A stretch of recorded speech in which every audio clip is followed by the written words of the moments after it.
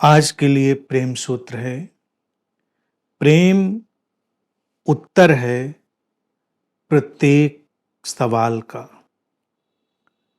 साथ ही सवाल है प्रत्येक उत्तर का। प्रेम तिलक है काल के भाल का। विरोधाभासों के साथ प्रेम की यात्रा तो होती ही है, और यहाँ पर भी ये सूत्र अपने एक अलग ढंग के विरोधाभास को सामने रखता है। और प्रेम में हम जब जब भी बात करेंगे, अनेक अनेक विरोधाभास आएंगे, अनेक अनेक विपरीत स्थितियां आएंगी, क्योंकि प्रेम कोई एक ब्लैक एंड व्हाइट में बटी हुई घटना नहीं है। काले और सफेद में उसको बांटा जा सकना संभव नहीं है। प्रेम है तो वो अनेक दिशाओं को छूता है, और कई बार अनेक विपरीत दिशाओं को छू लेता है, जहां से लोगों को कई बार अड़चन भी होती है कि अब कैसे, ऐसे कैसे। तो जैसे पहले सूत्र कहता है कि प्रेम उत्तर है प्रत्येक सवाल का, और दूसरी ही पंक्ति में साथ ही सवाल है प्रत्येक उत्तर का। यही हमारी जीवन की भी यात्रा है, और यही प्रेम की भी यात्रा है, और यही हमारी साधना की भी यात्रा है कि पहले सारे सवालों के उत्तर, और फिर सारे जो उत्तर आ गए उनके लिए एक सवाल बन जाना, रहस्य में प्रवेश कर जाना। प्रेम समाधान लाता है। प्रेम बड़ी गहनता से, परिपूर्णता से समाधान लाता है।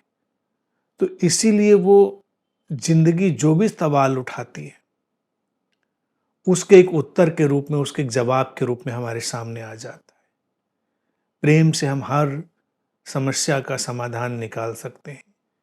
प्रेम से हम हर विपरीत स्थिति का उत्तर तलाश सकते हैं। जीवन में देखिए, दो ही स्थितियां बनती हैं, युद्ध की और प्रेम की। प्रेम हमें बुद्ध होने की तरफ ले जाता है, और युद्ध विभीषिका की तरफ ले जाता है।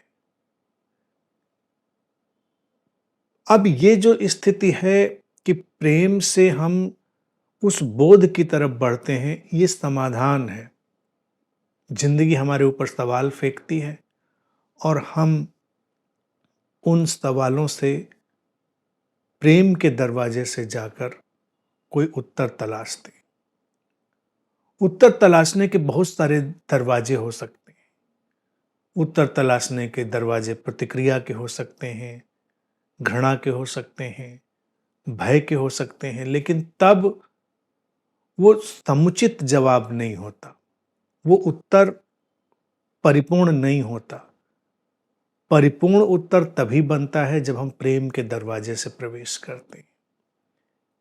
कोई भी सवाल आया, हमने प्रेम के दरवाजे को खोला, और उसके माध्यम से हम उस उत्तर की तरफ बढ़े। तो ये जो प्रेम की अतिशय संवेदनशीलता है हमारे जीवन में, अतिशय सजगता है, वो हमारे लिए समाधान प्रस्तुत करती है। उलझी हुई जो गुत्थियां हैं वो सुलझ जाती हैं। लेकिन जब ये सूत्र कहता है कि साथ ही सवाल है प्रत्येक उत्तर का, तब हमारे लिए एक और परिस्थिति पैदा होती है कि प्रेम बंधे बंधाए उत्तरों को नहीं मानता। जाने पहचाने प्रचलित उत्तरों के साथ वो नहीं चलता, इसलिए वो सवाल की तरह भी खड़ा हो जाता है। परंपरा, शास्त्र, समाज हमको जवाब ही जवाब दिए चले जाते हैं, उत्तर ही उत्तर दिए चले जाते हैं। जो व्यक्ति गैर प्रेमपूर्ण है, वो सारे उत्तरों को वैसे का वैसा संभाल लेता है और उन सारे उत्तरों के साथ वो चलता रहता है। उससे कोई अंतर नहीं पड़ता, क्योंकि ये उत्तर सही हो सकते हैं, ये उत्तर गलत हो सकते हैं। अब हम कैसे जानें कि सही है या गलत है? उसके लिए अतिशय संवेदनशीलता ही तो आवश्यक होगी। प्रेम उसी अतिशय संवेदनशीलता का नाम है। तो एक जो प्रेम पूर्ण व्यक्ति है वो स्वतः ही बड़ी अपनी आंतरिक क्रांति से गुजरता हुआ व्यक्ति होता है, जो तमाम इकट्ठा किए हुए उत्तरों को नकार सकता है, वो तमाम इकट्ठा किए हुए उत्तरों से अपने को बाहर कर सकता है। ये प्रेम ही कर सकता है, वही सारे उत्तरों के लिए सवाल बन सकता है। अन्यथा तो आसान यही पड़ता है कि जो उत्तरों की गठरियां हमें थमा दी गई हैं, हम उनको वैसे का वैसा मान लें। तब हम अपनी संस्कारबद्धताओं से ऊपर नहीं जा पाते, तब हम अपनी सीमाओं से ऊपर नहीं जा पाते, तब हम अपने विचार की सीमा रेखाओं को भी तोड़ नहीं पाते। प्रेम इस तरह से सवाल बनता है उन सारे उत्तरों के लिए कि वो किसी सीमा रेखा को नहीं मानता, और बंधे बंधाए उत्तर हमेशा किसी न किसी सीमा रेखा को मानते हैं। इसीलिए जो मजहब किताबें लाते हैं वो कहते हैं बस यही, इसके आगे नहीं, इसके आगे कोई बात नहीं उठेगी, यहीं पर उसको ख़त्म कर देते हैं। लेकिन बात तो उसके आगे भी जाएगी, बात तो कहीं थमने वाली नहीं। जीवन अनंत है तो बातें भी अनंत होंगी। तो उस स्थिति में ही हम देखते हैं कि प्रेम एक सवाल की तरह खड़ा हो जाता है। और जैसा कि सूत्र कहता है कि प्रेम तिलक है काल के भाल का, समय के मस्तक पर अंकित एक तिलक की तरह, एक आभूषण की तरह वो है। समय के मस्तक पर अंकित जो तिलक है वही है वर्तमान का बिंदु, सेंटर, प्रेजेंस, प्रेजेंट मोमेंट। तो प्रेम सवालों जवाबों से गुजरता हुआ समय की इस विराटता में, समय के इस मस्तक पर वर्तमान लम्हे की तरह ठहर जाता है। वही उसका तिलक बनता है।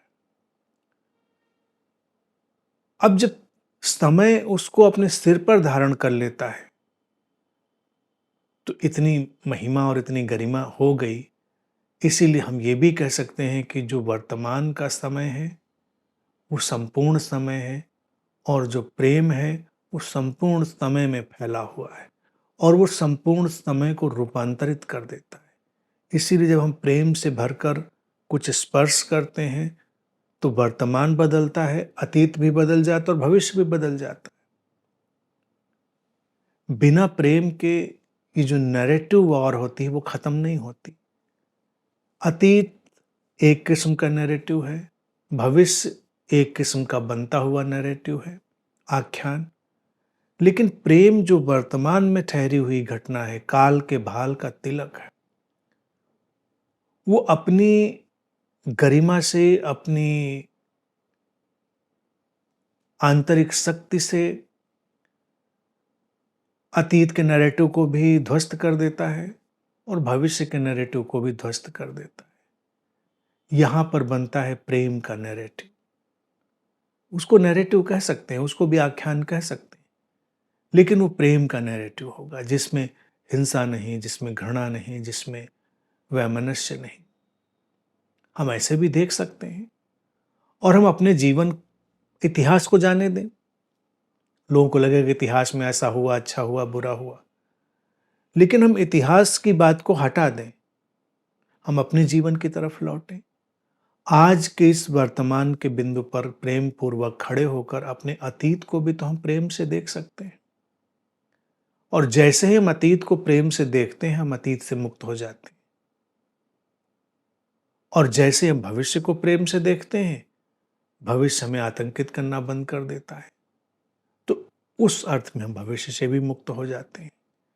ये मुक्ति की यात्रा, प्रेम के माध्यम से घटी यही मुक्ति है कि हम जब तुलना रहित, अवधारणा मुक्त, नैरेटिव फ्री दृष्टि से देखते हैं, अतीत और भविष्य की मुक्ति घट जाती है और उसी के साथ हमारे संपूर्ण जीवन की मुक्ति घट जाती है।